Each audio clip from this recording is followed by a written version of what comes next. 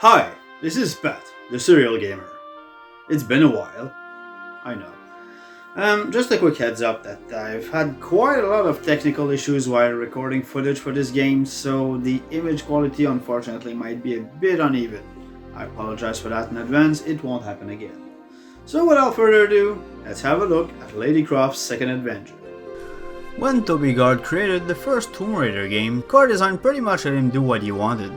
But when he saw how the company wanted to exploit Lara's marvelous curves and the first game's success by taking away a good part of his creative control, that's when Toby said bye-bye core and just left. And as you know, Lara was just everywhere back then. She was selling cars, drinks, doing interviews, posing in magazines and all that jazz.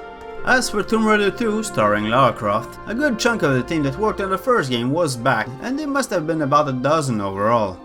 And after about 8 months of hard work, the game came out exclusively on the first PlayStation, which is the version I've played, and on PC, which is the version I recommend for all core design Tomb Raider games. Why the exclusivity then? Well, first of all, the Saturn would have had a hard time running it, and second of all, PlayStation was the rising star in '97, with games such as Resident Evil, Final Fantasy VII and Crash Bandicoot 2, among a lot of others. And when you think about projects finished at the last second, Tomb Raider 2, starring Lara Croft, was still being tested a few hours before being sent to Sony for approval. And you can see right away how much of a technological step forward this game is, because the Walkman in the menu is now a CD player. But back to Lady Croft. Since the last time we saw her manor, her creepy and kinda disgusting butler managed to throw away all the crates, and we now have access to the whole manor. Since she can use this room to train and show us how to play, she now has a training playground outside with a hedge maze. In the manor itself, she has a bedroom, a kitchen with a sink as large as a bath, a swimming pool, a piano with huge keys, a training room, even her butler has his own bedroom, in the freezer, and he'll never stop watching her no matter what. But seeing as the game doesn't bother telling us why she's going after this game's relic, let's take care of that, shall we? After searching the world over for an Atlantean coaster for her morning coffee mug, she noticed she needed a butter knife. That's when she hears about the Dagger of Xian, that once belonged to the first emperor of China. The dagger granted him immortality and turned him into a dragon, giving him riches and glory for all eternity. Or until this monk just pulled the dagger off. The relic has been entombed with the Emperor in the Great Wall of China itself. So in this adventure to go after the most expensive made in China butter knife ever, Lara will travel all the way obviously to China, Tibet, Venice in an oil rig. Wait a minute, did you say an oil rig? What's she doing there? Yeah, cause you see, at the end of the first level, the Great Wall, Lara gets in front of a locked door and she learns that some kind of Italian mafia / cult is after the dagger for its boss called Marco Bartoli. So learning that, what does Lara do? A. Hire mercenaries or covered ops team so that they can get some information about the key. B. Take a few high-tech gadgets to infiltrate the mafia HQ in stealth mode. Or C. Dive headfirst in Venice with her 2 pew-pews. We're talking about Lara here. She must have been lost in a tomb somewhere in Cambodia during an infiltration class. Lara mentions the other way. Well, actually, it's not the only moment like that. At the end of the oil rig, Lara learns that the Mafia is conducting a research in a giant boat at the bottom of the ocean. So, what does she do exactly? A. Take a submarine to dive at the bottom of the ocean. B. Take an oxygen tank before diving in. Or C. Of course, sploosh. And this is actually one of the most tense start of a level I've ever seen in a game, as the air gauge drops rather quickly. You could also add Lara setting off a bomb in Venice, most likely killing a bunch of civilians on the side, but you know, Bartoli punching his airplane pilot when they're airborne, he's not much better. And when you think Mafia, you think humans obviously, which is the one big new thing in this game. Human enemies, who are not really a thing in Tomb Raider 1 except for a few annoying idiots. And to take good care of these bullet sponges, Lara has pretty much the same weapons as before, including her good old classic pistols. She also gets an absolutely atrocious harpoon launcher for underwater combat, an M16 that has longer range than her Uzis, and a grenade launcher.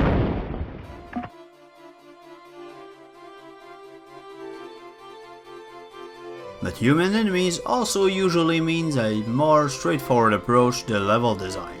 For instance, in Tomb Raider 1, you had to search around quite a bit to find some ammunitions and medipack caches. Now you can still find some, but your enemies will be your main source of items. And levels only have 3 secrets to find now, in which you can find a dragon statue, and you only get a massive pack of ammunitions when you find all 3 in a level. But despite that, the emphasis is still in the exploration and the platforming, finding keys, activating switches, getting crushed by boulders. Even the 2 oil rig levels are pretty well made actually, especially since Lara can now climb ladders and some walls and jump away from them with a backflip. But personally, in this kind of series, I always prefer the more mythical side of things. And I admit I wasn't really looking forward to the modern levels and the over-reliance on mafia pawns as enemies. However, levels were still fun to explore, with a good variety, and none of these were fundamentally boring to me. So that's why there's an oil rig level. You understand now? And you know, for a game that was pretty much rushed in 8 months, it's pretty well done. And despite the few criticism I'm gonna say, it's not a botched game at all. That being said, as the first game started out pretty easy and got progressively harder as you played along, Tomb Raider 2, starring Lara Croft, takes into consideration that you've played the first game and that you've played a good chunk of it. The Great Wall is nothing impossible difficulty-wise. Actually, my very first experience with this series was of a demo of that level on PlayStation, and eventually I did manage to finish it. But the second half of the level with the giant boulders, the spiked walls crushing you, and these giant saw blades is a massive cold shower for a newcomer. However, there's one new key element that makes everything easier for the PlayStation, that completely changes how you play the game. You can save anywhere, anytime. I repeat, you can save anywhere, anytime on PlayStation 1. That's just awesome. The other enhancements you most likely noticed, in addition to Lara's hair dangling around and her change of clothes once in a while, is the new lighting in this game. And yes, they are proud of their new lighting. Great job there. And yes, this game can get pretty dark, and by that I don't mean in a creepy sense, although some of the later levels can give you the heebie-jeebies, but sometimes, good lord, can I see something? It doesn't seem as bad on PC though, but it's still pretty dark. Normally I don't mind that kind of ambience. I love the classic Silent Hill games, and it's not because of the dancing rabbits everywhere. What does get under my skin is that Lara lights herself up with these flares that are limited because she just drops them like a cigarette or a spray can in a pyramid. Archaeologist of the year, ladies and gentlemen. And when you're running out, you've got a problem, and when you need to find switches and keyholes on the wall. Quick hint, if you need a quick light just for one room, shoot your basic pistols to save a few flares. By the way, Lara, just bring this next time, okay? But now, it's time to tell you about the most interesting area on paper, the Maria Doria. It's basically this giant cruise ship that sunk down the bottom of the sea. Imagine a Tomb Raider version of the Titanic and you get the idea. If that's not enough, there are times you navigate through it upside down, with tables screwed on the ceiling and floors made of what was once a glass ceiling. I touched on it a little bit earlier with a legendary underwater start, but some underwater segment can get really intense here. And don't forget, you can save anywhere. And yes, I sure hope Lara gets 1 or 5 tetanus shot after that. But let's back down for a bit on the structure. Beginning of the game, of course, you have the intro level, yeah, seriously. After that, Lara's gonna speedboat her way through Venice for 3 whole levels. After that, she just hangs out in the oil rig for 2 levels. That ship, that's 4 levels. Hope you love blue and water, cause you'll be here for a while.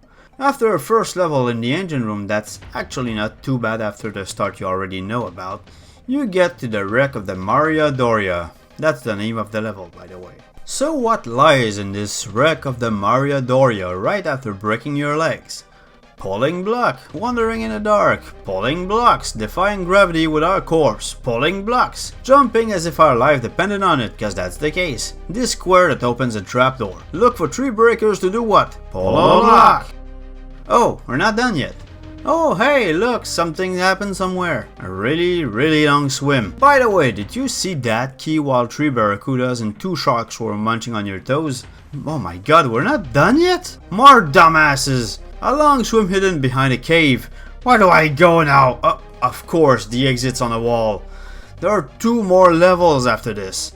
But although they're not as bad, still over an hour each. And I just want to get out of here.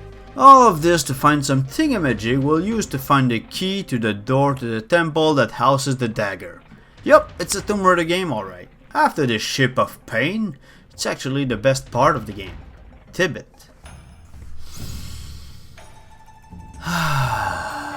Lara Croft, alone in the mountains under a blue sky, in the line of sight of some eagles and snow leopards, climbing cliffs, alone against the elements.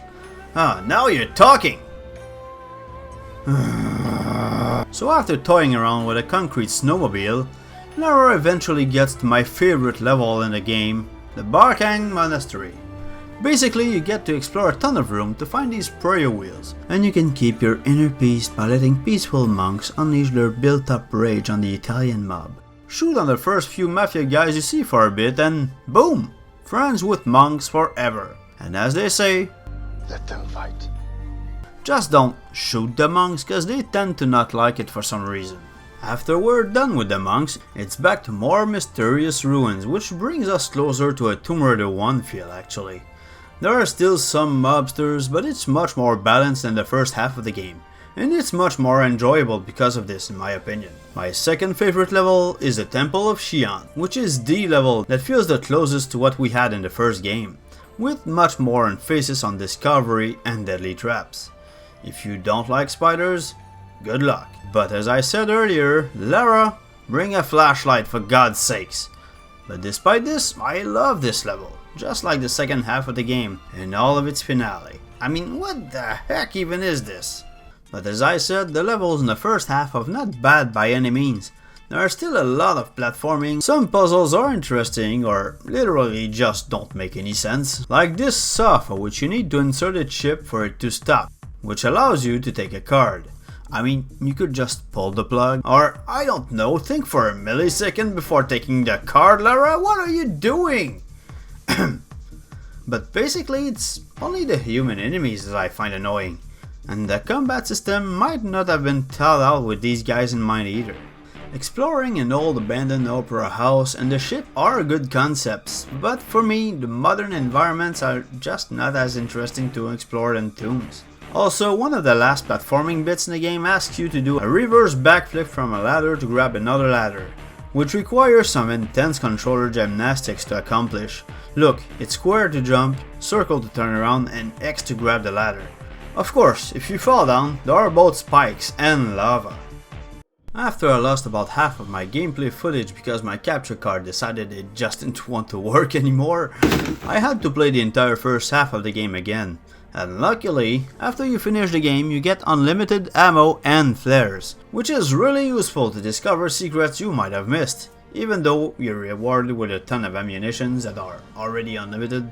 So I redid the levels in the first half in no particular order, and the levels in the ship were actually much more enjoyable when they were not done in one fell swoop. So I can say with confidence that even though Tomb Raider 2 starring Lara Croft is a good game, I do prefer Tomb Raider 1. There are some good ideas here, but the controls, the combat and the pacing hold it back from the awesome level it could have had. It's one of these games that could actually deserve a remake to iron this out. Speaking of which, in 2017, a certain Nicobas recreated the Great Wall level as if it was a Tomb Raider 2 anniversary and named it the Dagger of Xian. Everything you see here has been made by one man, using the Unreal Engine 4, among other programs.